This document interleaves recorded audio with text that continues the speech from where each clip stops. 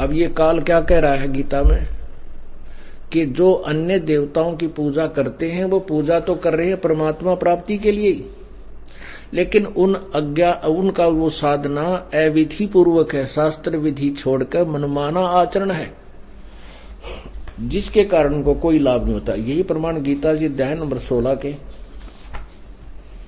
मंत्र 23 में कहा है।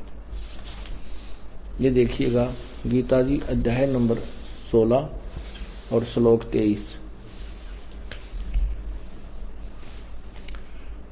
जो पुरुष शास्त्र विधि को त्याग कर, अर्थात जो अविधि पूर्वक साधना करते, जो शास्त्र विधि को त्याग कर अपनी इच्छा से मनमाना आचरण करते हैं, वह न सिद्धि को प्राप्त होते हैं, न परम गति को और न सुख को ही। अब क्या बता दिया, ये स्पष्ट कर दिया कि जो अन्य देवताओं की पूजा करते हैं वो शास्त्र विधि त्याग का मनमानी पूजा है, शास्त्र विधि विरुद्ध, मतलब अविद्या पूर्वक है। और वो साधना स्पष्ट कर दी गीता जी अध्याय नंबर 16 के मंत्र 23 में कि ऐसी जो साधना करते हैं उनको न तो कोई सुख होता है, न कोई सिद्धि प्राप्त होती है, न ही उनकी परम गति होती है, अर्थात व्यर्थ। गीता जी अध्याय नंबर 17 के प्रथम मंत्र में अर्जुन ने प्रश्न किया कि हे कृष्ण, क्योंकि वो कृष्ण मान रहा था उसको, वास्तव में वो काल था, श्री कृष्ण नहीं थे, वह श्री कृष्ण के शरीर में बोल रहा था वो काल। क्या पूछा कि हे अर्जुन, हे कृष्ण, अर्जुन पूछ रहा है कि जो शास्त्र विधि त्याग के, अर्थात शास्त्र विरुद्ध साधक जो हैं उनके कैसे स्वभाव होते। अब क्या बताते, इसे भी क्लियर हो जाएगा कि वो किसकी पूजा करते हैं, शास्त्र विरुद्ध साधक, शास्त्र विधि विरुद्ध साधक। अब देखिए गीता जी अध्याय नंबर सप्तदशो अध्याय प्रथम मंत्र।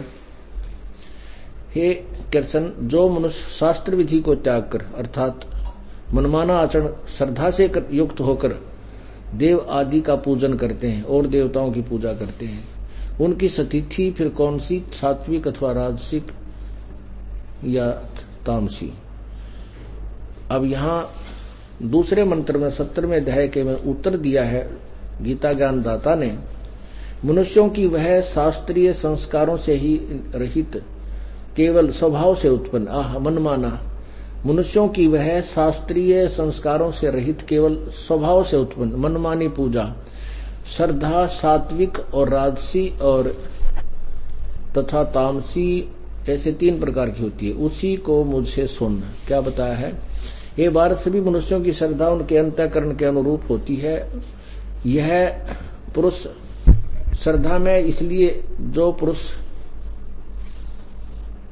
पुरुष जैसी श्रद्धा वाला है स्वयं भी वह वैसा ही है। अब आगे देखिए 4 में क्या कहा है कि जो सात्विक पुरुष हैं, ये 17वें अध्याय का 4था श्लोक है, सात्विक पुरुष देवों की पूजा करते हैं, जो शास्त्र विधि त्याग के मनमानी पूजा करते हैं, जो व्यर्थ है, उनकी स्वभाव कैसा है, सात्विक पुरुष जो ठीक सी आत्मा के हैं वो देवताओं की पूजा करते हैं, और थोड़े से निकम्मे टाइप के और राजस पुरुष यक्ष और राक्षसों की पूजा करते हैं। उनसे भी निम्न सत्र के जो तामसी है वो मनुष्य विपरीत और भूतों की पूजा करते हैं। लेकिन है ये सारी शास्त्र विरुद्ध। पुण्यात्माओं, यदि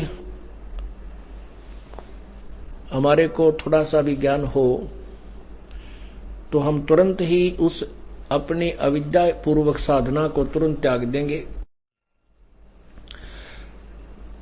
हमने जो भी हम कार्य करते हैं उसको इसलिए करते हैं उसका कोई हमें प्रतिफल अच्छा मिले, लेकिन भक्ति मार्ग में हम इतने जीरो हो गए हैं कि हम भक्ति अवश्य करते हैं पर ये नहीं पता इससे लाभ होगा या ना होगा, क्या होगा, कहां तक होगा, किस प्रकार की हमें उपलब्धि होगी। बस आंख मीच का मंडे रहे हम लगे रहते हैं, तो वो साधना करना व्यर्थ है। जैसे सुबह बताया था कि अपने मार्ग पर, अपने घर को चलने से पहले रास्ते का अच्छी तरह, मार्ग का अच्छी तरह निर्णय होना चाहिए, तब उस पर चलने का फायदा है। अन्यथा हम कुमार्ग पर जाकर के कभी अपने घर नहीं पहुंच सकेंगे। हमारा घर सत्यलोक है। सत्यलोक में जाने के लिए हमें वही सुमार्ग चाहिए जो उन संतों को प्राप्त हुआ जिन्होंने जो सत्यलोक में गए। जितने जो सतलोक का डंडोरा पीटने वाले राधा स्वामी पंथ और धन धन सतगुरु, इन्होंने ठेका ले रखा है। और ये क्या बताते हैं कि वहां परमात्मा सतलोक में सतपुरुष है, चेतन ही चेतन है, वहां प्रकाश ही प्रकाश है, वहां नूर ही नूर है। और आत्मा वहां सतलोक में जाकर के उस नूर में समा जाती है। ऐसे समा जाती है जैसे समुद्र में बूंद समा जाती है। भले पुरुषों, हम भगवान की प्राप्ति, भगवान को ढूंढ रहे हैं, परमात्मा के सारे नोमेनक्लेचर दे रखे हैं, और फिर कहते हैं वहां भगवान है ही नहीं, तो वहां जाकर के हम क्या करेंगे? वहां तो फिर हम वैसे ही लट्ठम लट्ठा फेर रहेंगे। और वहां कहते हैं लीन हो जाता है, फिर ऐसी गलती करेगा कौन? कोई किसी को कहे कि वह समुद्र में कूद जा और वहां लीन हो जा, उसमें समझदार आदमी तो डेर करेगा नहीं, उसमें हिम्मत नहीं करेगा। तो इसलिए उन्होंने थ्योरी ही गलत बना रखी है। उनको ये नहीं पता सतनाम किसे कहते हैं, सतलोक किसे कहते हैं, सचखंड क्या है। सुन रखा उन्होंने। सतसार नाम क्या है, सार शब्द के है। वो कहते हैं सतलोक भी वही है, सार शब्द भी उसी को कहते हैं, सतनाम भी उसी को कहते हैं, सतपुरुष भी उसी को कहते हैं, और सार नाम सतनाम वो एक ही है। यानी सतपुरुष तो परमात्मा होया, सतलोक वो स्थान जहां भगवान रहता है, और सतनाम वो सच्चा नाम जो दो मंत्र का है, जिसके जाप से परमात्मा मिल जाएगा। और सार नाम भी उस परमात्मा की प्राप्ति में सहयोगी है। ऐसे ही सार शब्द, ये सभी अलग अलग स्थिति हैं, वो कहते हैं एक ही है। और कौन कहते हैं ये? Shri Shivdayal ji, head of the department of Radha Swami पंथ एंड धन धन सतगुरु पंथ। ये देखिएगा, सारवचन वार्तिक एक पुस्तक है, जिसमें लिखा गया है कि ये पुस्तक स्वामी शिवदयाल जी, जो founder of the Radha Swami पंथ, जो राधा स्वामी पंथ का प्रवर्तक है, उसके विचार सुनाता हूं। ये देखिएगा, सारवचन राधा स्वामी वार्तिक, हजूर स्वामी जी महाराज, राधा स्वामी सत्संग व्यास, प्रकाशक हैं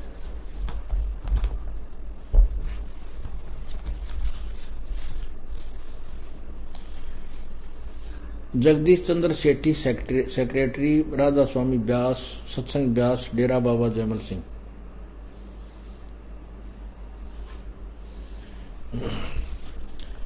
भूमिका में क्या लिखा है? सारवचन राधा स्वामी वार्तिक हजूर स्वामी जी महाराज के वचनों का संग्रह। ये वचन सत्संगों तथा अन्य चर्चाओं के दौरान सत्संगियों ने नोट किए थे। स्वामी जी महाराज के परम धाम से धारने के कुछ वर्ष बाद इनका संग्रह करके पुस्तक के रूप में छपा गया। सन 1902 में बाबा जयमल सिंह जी महाराज ने सारवचन राधा स्वामी वार्तिक को पहली बार गुरमुखी लिपि में छपवाया था आदि। अब इस राधा स्वामी शिवदयाल जी की, आपको शिवदयाल जी की थ्योरी दिखाते हैं, इनको कितना ज्ञान था। ये देखिएगा, राधा स्वामी दयाल की दया, राधा स्वामी साहेब, खुलासा उपदेश हजूर स्वामी साहेब जी का, राधा स्वामी साहेब जी का वचन, यह जगत नासवान है और यह सब असबाब भी इसका नासवान है। यहां क्या लिखा है?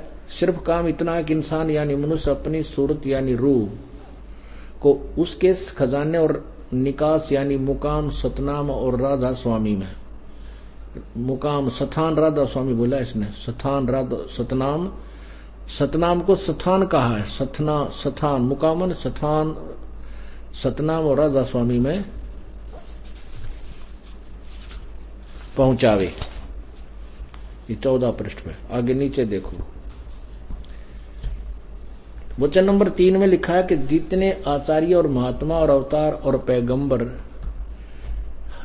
पैगंबर हर एक मजहब में हुए हैं, वे सब अपने अभ्यास के जोर से अंतर में तरफ मुकाम असली के चले।